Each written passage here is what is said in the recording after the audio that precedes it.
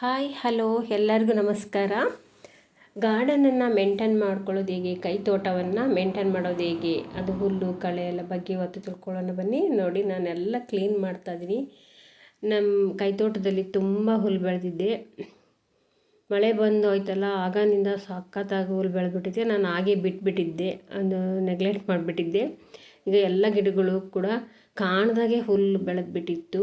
ತುಂಬ ರೋಗಗಳು ಹತ್ಬಿಟ್ಟಿತ್ತು ಗಿಡಕ್ಕೆಲ್ಲ. ಅದಕ್ಕೆ ನಾನು ಇವಾಗ ಎಲ್ಲಗಳನ್ನು ಹುಲ್ಲು ತೆಗಿತಾ ಇದ್ದೀನಿ. ನೋಡಿ, ಕ್ಲೀನ್ ಮಾಡ್ತಾಯಿದ್ದೀನಿ. ನಿಮಗೆ ಕ್ಲೀನ್ ಮಾಡಿಬಿಟ್ಟು ನಾನು ತೋರಿಸ್ತಾ ಇದ್ದೀನಿ. ನೋಡಿ, ಎಷ್ಟೊಂದು ಹುಲ್ಲು ಬೆಳೆದ್ಬಿಟ್ಟೈತಿ. ಸಣ್ಣ ಸಣ್ಣ ಕೀಟಗಳೆಲ್ಲ ಹರ್ಕೊಂಬಿಟ್ಟಿದ್ದು. ಆಮೇಲೆ ನೀರು ತುಂಬ ಹೋಗೋದ್ರಿಂದ ತುಂಬ ಹುಲ್ಲು ಬೆಳೆದಿತ್ತು. ತುಂಬ ಆಳವಾಗಿ ಬೇರು ಹೋಗ್ಬಿಟ್ಟಿದೆ, ಕೀಳೋದು ಕಷ್ಟ, ಅಷ್ಟು ಹುಲ್ಲು ಬೆಳೆದ್ಬಿಟ್ಟಿತ್ತು. ಆ ಹುಲ್ಲನ್ನೆಲ್ಲ 2 ದಿವಸ ಟೈಮ್ ತೊಗೊಂಡು ಹುಲ್ಲೆಲ್ಲ ಕಿತ್ತಾಕಿ ಎಲ್ಲ ಕ್ಲೀನ್ ಮಾಡಿಕೊಂಡೆ. ಸೇವಂತಿಗೆ ಗಿಡ ಎಲ್ಲ ಇದ್ವು, ಅವೆಲ್ಲ ಹಾಳಾಗಿಬಿಟ್ಟಿದ್ವು. ಮಲ್ಲಿಗೆ ಗಿಡ ನೋಡಿ ಹಾಳಾಗಿದ್ದು, ಅವು ಕೂಡ ಎಲ್ಲ ಕಟ್ ಮಾಡಿ, ಗಿಡಗಳು ಆಲ್ಮೋಸ್ಟ್ ಎಲ್ಲ ಗಿಡಗಳನ್ನು ಕಟ್ ಮಾಡಿದ್ದೀನಿ. ಯಾಕೆಂದರೆ ಕಟ್ ಮಾಡಿದರೆ ಹೂವು ಚೆನ್ನಾಗಿ ಬಿಡುತ್ತೆ. ರೋಸ್ ಪ್ಲ್ಯಾಂಟು, ಸೇವಂತಿಗೆದು, ಆಮೇಲೆ ದಾಸವಾಳ ಎಲ್ಲ ಪ್ಲ್ಯಾಂಟ್ಗಳನ್ನು ನಾನು ಕಟ್ ಮಾಡಿದ್ದೆ. ಮಲ್ಲಿಗೆ ಹಣ್ಣು ಪ್ಲ್ಯಾಂಟು ಅದು ಕೂಡ ಕಟ್ ಮಾಡಿದ್ದೀನಿ.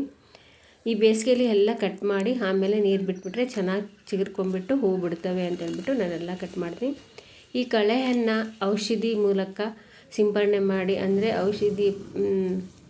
ಔಷಧಿಯನ್ನು ಹೊಡೆದ್ಬಿಟ್ಟು ನಾವು ಅದನ್ನು ಸ್ಪ್ರೇ ಮಾಡಿಬಿಟ್ಟು ತೆಗಿಬೋದು. ಆದರೆ ಸಣ್ಣ ಸಣ್ಣ ಗಿಡಗಳಿಗೆಲ್ಲ ಅದು ಔಷಧಿ ಬೀಳುತ್ತೆ, ಕಳೆ ಔಷಧಿ ಹುಲ್ಲು, ಆವಾಗ ಎಲ್ಲ ಈ ಪ್ಲ್ಯಾಂಟ್ಗಳೆಲ್ಲ ಸತ್ತೋಗ್ಬಿಡ್ತವೆ. ಅದಕ್ಕೋಸ್ಕರ ಕೈಯಲ್ಲೇ ನಾನು ತೆಗಿತಾ ಇರ್ತೀನಿ.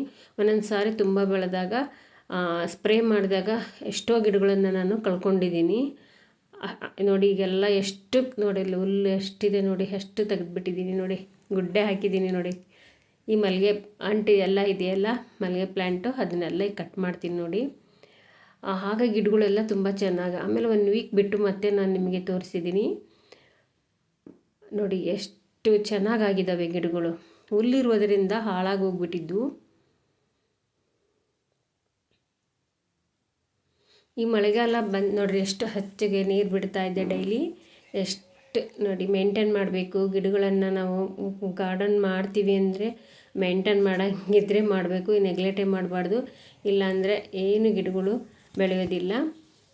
ಇವೆಲ್ಲ ಚಿಗುರ್ತವೆ, ತುಂಬ ಚೆನ್ನಾಗಿ ಹೂ ಬಿಡುತ್ತವೆ ಮುಂದೆ.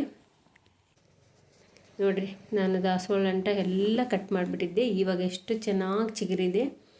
ಆಮೇಲೆ ರೋಗಗಳು ಕಡಿಮೆ ಆಗ್ತವೆ. ರೋಗ ಏನಾದರೂ ಬಂದರೆ ನಾನು ಸ್ವಲ್ಪ ಶಾಂಪು ಹಾಕ್ಕೊಂಡು ಇಲ್ಲ ಬೇವಿನ ಎಣ್ಣೆ ಹಾಕ್ಕೊಂಡು ಎಲ್ಲ ಸ್ಪ್ರೇ ಮಾಡಿಬಿಡ್ತೀನಿ. ಕೀಟಗಳು, ಬಿಳಿ ಹುಳಗಳೆಲ್ಲ ಮಗ್ಗು ಎಲ್ಲ ದಾಸವಾಳ ಮಗ್ಗಿಗೆ, ಮಲ್ಲಿಗೆ ಮಗ್ಗು, ಪ್ರತಿಯೊಂದು ಗಿಡಗಳಿಗೆ ಅಂಟ್ಕೊಂಬಿಟ್ಟಿರ್ತವೆ. White rose ಪ್ಲ್ಯಾಂಟಿಗೆಲ್ಲ. ಅವುಗಳನ್ನೆಲ್ಲ ನಾನು ಏನು ಮಾಡಿದೆ, ಕಟ್ ಮಾಡಿಬಿಟ್ಟು ಎಲ್ಲ ಕ್ಲೀನಾಗಿ ಅವುಗಳೆಲ್ಲ ಬೇವಿನ ಎಣ್ಣೆನ ಸ್ಪ್ರೇ ಮಾಡಿದ್ದೆ. ನಾನು ನೀರು ಹಾಕ್ಕೊಂಡು ಸ್ಪ್ರೇ ಮಾಡಿದ್ದೀನಿ. ಬೇವಿನ ಎಣ್ಣೆಗೆ ಸ್ವಲ್ಪ ಶಾಂಪೂನು ಏನಾದರೂ ಹಾಕ್ಕೊಂಡು ನೀರಿಗೆ ಮಿಕ್ಸ್ ಮಾಡಿಕೊಂಡು ಸ್ಪ್ರೇ ಮಾಡಿದರೆ ಆ ಬಿಳಿ ಎಂಥ ಕೀಟಗಳು ಅಂತಾರೆ ಅವಕ್ಕೆ, ಅವು ಎಲ್ಲ ಕೀಟಗಳೆಲ್ಲ ಉದುರಿ ಹೋಗ್ಬಿಡ್ತವೆ, ಅವು ಹತ್ತೋದಿಲ್ಲ. ಆಮೇಲೆ ಚೆನ್ನಾಗಿ ಮತ್ತೊಂದು ಸಾರಿ ಎಲ್ಲ ನೀರು ಹಾಕಿಬಿಟ್ಟು ವಾಶ್ ಮಾಡಿಬಿಡ್ತೀನಿ ಎಲ್ಲ ಗಿಡಗಳು, ಮತ್ತೆ ಸ್ಪ್ರೇ ಮಾಡ್ತೀನಿ. ಹಾಗಾಗಿ ಚೆನ್ನಾಗಿ ಗೊಬ್ಬರ ಹಾಕಿದ್ದೀನಿ ನೋಡಿರಿ, ಎಷ್ಟು ಚೆನ್ನಾಗಿ ಕಾಣ್ತಾಯಿದೆ. ಎಷ್ಟು ಹುಲ್ಲು ಬೆಳೆದಿದೆ ಅಂದರೆ ತುಂಬ ಹುಲ್ಲು ಬೆಳೆದಿತ್ತು. ನಾನು ಕ್ಲೀನ್ ಮಾಡಿದ ಮೇಲೆ ತೋರಿಸಿದ್ದೀನಿ ನೋಡಿ. ಎಲ್ಲಕ್ಕೂ ಗೊಬ್ಬರ ಹಾಕಿದ್ದೆ ನಾನು. ಇನ್ನು ನೋಡಿ, ರೋಸ್ ಪ್ಲ್ಯಾಂಟ್ಗಳೆಲ್ಲ ಕಟ್ ಮಾಡಿದ್ದೀನಿ, ಎಲ್ಲ ಚಿಗುರ್ಕೊಂಡಿದ್ದಾವೆ. ಚೆನ್ನಾಗಿ ಮೇಂಟೈನ್ ಮಾಡಬೇಕು ಗಿಡಗಳನ್ನು ನಾವು, ಹಾಗಾದ್ರೆ ಮಾತ್ರ ಆಗುತ್ತೆ. ಗೊಬ್ಬರ, ನೀರು ಟೈಮು ನೋಡ್ಕೊಳ್ಬೇಕು ಅವಕ್ಕೆ. ಆಮೇಲೆ ಕೀಟಗಳು ಹತ್ತಿದಾಗೆಲ್ಲ ಅವಕ್ಕೆಲ್ಲ ನೋಡ್ಕೊಳ್ಬೇಕು. ಈ ರೋಸ್ ಪ್ಲ್ಯಾಂಟಿಗಂತೂ ತುಂಬ ಹತ್ತಿದ್ವು. ಹಳದಿ ರೋಸ್ ಅಂತೂ ಎಲ್ಲ ಹುಳ ತಿಂದು ಹಾಕ್ಬಿಟ್ಟಿದ್ವು. ಅವುಗಳೆಲ್ಲ ಮಾಡಿದ್ಮೇಲೆ ಈಗ ರೋಸ್ 1, 2, 3 ಹರಳ್ತಾ ಇದೆ ನೋಡಿ. ನಾವು ಮೇಂಟೈನ್ ಮಾಡ್ಕೊಳ್ಬೇಕು ನೀಟಾಗಿ ಗಾರ್ಡನನ್ನು. ಹುಳ ಆಗದಂತೆ ನೋಡ್ಕೋಬೇಕು, ಅವಕ್ಕೆ ಕೀಟಗಳು ಹುಳಗಳು ಹತ್ತದಂತೆ ನೋಡ್ಕೋಬೇಕು. ಹಾಗಾದಾಗ ಹೂಗಳು ಚೆನ್ನಾಗಿ ಬಿಡ್ತವೆ.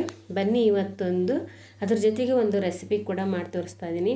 ನಮಗೇನಾದರೂ ದೋಸೆ ಹಿಟ್ಟು ಉಳಿದಿತ್ತು, ದೋಸೆ ನಾವು ಸಾಯಂಕಾಲ ತಿನ್ನೋಕ್ಕಾಗಲ್ಲ, ಯಾವಾಗಾದರೂ 1-2 ದಿವಸ ಫ್ರಿಜ್ದಾಗಿಟ್ಟು ಕೂಡ ಆ ದೋಸೆಗೆ ನಾವು ಉತ್ತಪ್ಪ ಅಂತ ಮಾಡ್ಕೋಬೋದು. ಅದಕ್ಕೆ ಈರುಳ್ಳಿ, ಮೆಣಸಿನ್ಕಾಯಿ, ಕ್ಯಾರೆಟು, ಆಮೇಲೆ ಸೊಪ್ಪುಗಳನ್ನು ಕೂಡ ಹಾಕ್ಕೋಬೋದು. ಕರಿಬೇವು, ಕೊತ್ತಂಬರಿ, ಆಮೇಲೆ ನಾನು ಏನೇನು ಹಾಕ್ಕೊಂಡಿದ್ದೀನಿ ನೋಡಿರಿ. ಮೆಂತ್ಯ ಸೊಪ್ಪು ಹಾಕ್ಕೊಂಡಿದ್ದೀನಿ, ಸಬ್ಬಸಿಗೆ ಸೊಪ್ಪು ಹಾಕ್ಕೊಂಡಿದ್ದೀನಿ, ಪಾಲಕ್ ಸೊಪ್ಪು ಕೂಡ ಹಾಕ್ಕೋಬೋದು. ಈ ಎಲ್ಲ ಹಾಕ್ಕೊಂಡು ಎಲ್ಲ ಮಿಕ್ಸ್ ಮಾಡಿ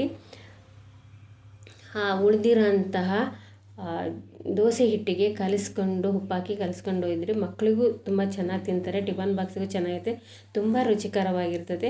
ವಯಸ್ಸಾದವ್ರಿಗೂ ಕೂಡ ಚೆನ್ನಾಗುತ್ತೆ ಮತ್ತು ಜೀರ್ಣ ಕೂಡ ಚೆನ್ನಾಗಾಗುತ್ತೆ, ಏನು ಗ್ಯಾಸ್ಟ್ರಿಕ್ ಏನೂ ಆಗೋದಿಲ್ಲ. ಅದಕ್ಕೆ ನಾನು ಯಾವಾಗಲೂ ಬೆಳಗಿನ ಟೈಮ್ ಅಷ್ಟೇ ನಾನು ದೋಸೆ ಮಾಡಿದಾಗ ಮಿಕ್ಕಿನ ಟೈಮ್ ಉಳಿದಿರ್ತದಲ್ಲ ಎಲ್ಲವನ್ನು ಈ ಥರ ಉತ್ತಪ್ಪ ಅಂತ ಹೇಳಿ ಮಾಡ್ಕೊಳ್ತೀನಿ. ಎಲ್ಲ ಸೊಪ್ಪುಗಳನ್ನು ಹಾಕ್ಬಿಟ್ಟು ಮಿಕ್ಸ್ ಮಾಡಿಕೊಂಡು ಇದು ಮೆಂತ್ಯ ಸೊಪ್ಪು, ಸಬ್ಬಸಿಗೆ ಸೊಪ್ಪು ಕೂಡ ಹಾಕಿದ್ದೀನಿ ನೋಡಿ. ಈಗೆಲ್ಲ ಚೆನ್ನಾಗಿ ಮಿಕ್ಸ್ ಮಾಡಿಕೊಂಡು ದೋಸೆನ ಉತ್ತಪ್ಪನ ಹಾಕ್ತಾಯಿದ್ದೀನಿ. ದಪ್ಪನೇ ಇರುತ್ತೆ, ಈರುಳ್ಳಿ ಇರುವುದರಿಂದ ನಮಗೆ ಚೆನ್ನಾಗಿ ಜೀರ್ಣ ಆಗುತ್ತದೆ. ನೀವು ಈ ಥರ ಮಾಡ್ಕೊಳ್ಳಿ ಅಂತ ಹೇಳ್ತಾ, ಹೇಗೆ ಮೇಂಟೈನ್ ಮಾಡಬೇಕು ನಾವು ಅನ್ನೋದನ್ನು ನಾನು ಮುಂದೆ ನೆಕ್ಸ್ಟ್ ನಮ್ಮದು ಮುಂದೆ ಮನೆ ಮುಂದೆ ಕಾಂಪೌಂಡ್ ಆಗುತ್ತೆ, ಅವಾಗೆಲ್ಲ ತುಂಬ ಗಿಡಗಳನ್ನು ಸಾಕ್ತೀನಿ. ಈಗ ಸದ್ಯಕ್ಕೆ ಅಲ್ಲಿ ಸ್ವಲ್ಪ ಮಳೆ ಬಂದಾಗ ನಾನು ಎಲ್ಲ ತರಕಾರಿಗಳನ್ನೆಲ್ಲ ಬೀಜಗಳನ್ನು ಊರ್ತೀನಿ. ಅವು ಆಗೋದು ಈಗ ಬೇಸಿಗೆಯಲ್ಲಿ ಅವು ಆಗೋದಿಲ್ಲ. ಅದಕ್ಕೋಸ್ಕರ ಆಮೇಲೆ ಅವನ್ನೆಲ್ಲ ನಾನು ಪ್ಲ್ಯಾಂಟ್ ಬಳಸ್ತೀನಿ. ಈಗ ಹಗಲು ಬೀಜನ ಹಾಕಿದ್ದೀನಿ, ಒಂದೆರಡು ಸಸಿ ಹುಟ್ಟಿದೆ ಅಷ್ಟೇ. ಆಮೇಲೆ ಹೀರೆ ಬೀಜ, ಕುಂಬಳಕಾಯಿ ಬೀಜ ಅವುಗಳನ್ನೆಲ್ಲ ನಾನು ಬೆಂಡೆಕಾಯಿ ಅವನ್ನೆಲ್ಲ ಹುರ್ತಿದ್ದೀನಿ. ಮೆಣಸಿನ ಗಿಡ ತುಂಬ ಚೆನ್ನಾಗಿದ್ವು, ಎಲ್ಲ ಕಿತ್ತು ಹಾಕಿದ್ದೀನಿ. ಅವು ತುಂಬ ಚೆನ್ನಾಗಿ ಕಾಯಿ ಬಿಟ್ಟಿದ್ವು. ಅವು ಬೊಂಡ ಮಾಡ್ತಾರಲ್ಲ ಆ ಮೆಣಸಿನ್ಕಾಯಿ ಬಿಟ್ಟಿತ್ತು. ಅವನ್ನೆಲ್ಲ ಈಗ ನಾನು ಕಿತ್ತಾಕ್ಬಿಟ್ಟು ಎಲ್ಲ ಸ್ವಚ್ಛ ಮಾಡ್ಕೊಂಡಿದ್ದೀನಿ. ಇವಾಗ ಈಗ ನೋಡಿದ್ರಲ್ಲ ಹೇಗೆ ಮೇಂಟೈನ್ ಮಾಡ್ಕೋಬೇಕು ನಾವು ಗಾರ್ಡನನ್ನು ಅಂತ. ಗಾರ್ಡನ್ ಅಂದ ತಕ್ಷಣ ಸುಮ್ಮನೆ ಆಗೋದಿಲ್ಲ, ಅದು ಎಲ್ಲ ನಾವು ಮೇಂಟೈನ್ ಮಾಡಬೇಕು. ಒಂದು ಸ್ವಲ್ಪ ಬಿಟ್ವಿ ಅಂದರೆ ಕಸ ಎಲ್ಲ ತುಂಬ್ಕೊಂಬಿಡ್ತಾಯಿದೆ. ನಮ್ಮ ಗಾರ್ಡನಲ್ಲಿ ನಮ್ಮ ಮೇಲೆ ಒಂದು ಮಾವಿನ ಮರ ಇದೆ ಪಕ್ಕದಲ್ಲಿ, ಅದು ಮೇಲಿಂದ ಹೂವು ಎಲೆ ಎಲ್ಲ ತುಂಬ ಸುರಿತದೆ. ನಾನು ವೀಕ್ಲಿ ಒನ್ ಟೈಮ್ ಅದು ಹೋಗ್ಬಿಟ್ಟು ಹುಲ್ಲೆಲ್ಲ ಕಿತ್ಬಿಟ್ಟು ಮತ್ತೆ ಕ್ಲೀನ್ ಮಾಡ್ಕೊಂಡು ಬರ್ತೀನಿ.